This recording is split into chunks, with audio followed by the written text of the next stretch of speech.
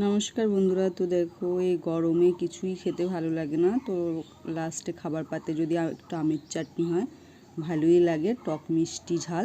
তো আজকে আমি আমের চাটনিটাই করেছি। একটা আম ছিল, সেই আমটা দিয়ে চাটনিটা করেছি। তো তোমরা দেখে বলো কেমন হয়েছে।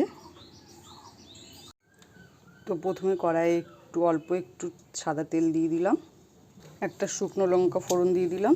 এ দেখো, আমগুলো কেটে আমি জলে ভিজিয়ে রেখেছিলাম, তাহলে আমের কষগুলো ভালো করে বেরিয়ে যায় জলে ভিজিয়ে রাখলে।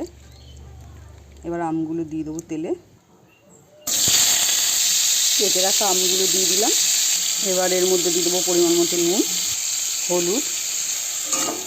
গরমের চাটনিটা কম বেশি সবাই পছন্দ করো, আর আমের চাটনি হলে তো কোনো কথাই হবে না।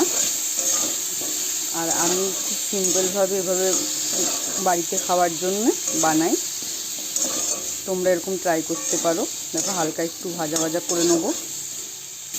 একটু ভাজা হয়ে গেছে, এবার এর মধ্যে জল দিয়ে দেবো। আমি এখানে কিন্তু একটাই আম নিয়েছিলাম, আমটা একটু সেদ্ধ হোক, তারপরে চিনি দেবো। আমগুলো সেদ্ধ হয়ে গেছে, এবার এর মধ্যে চিনি দিয়ে দেবো। তো আমি 1 কাপ মতো চিনি দিয়ে দিলাম, কারণ আমটা প্রচণ্ড টক। এবারে ভাজা মশলাটা দিয়ে ভালো করে ফুটিয়ে নেবো। আমের চাটনিটা রেডি। দেখো কালারটা কত সুন্দর এসেছে, ফোনে হয়তো ভালো বোঝা যাচ্ছে না, কিন্তু খুবই সুন্দর এসেছে। খেতেও খুব ভালো লাগবে গরমে, টক মিষ্টি আমের চাটনি ভাত দিয়ে। তো আমার ভিডিওটা ভালো লাগলে লাইক, কমেন্ট, শেয়ার আর সাবস্ক্রাইব করে দিও। ধন্যবাদ।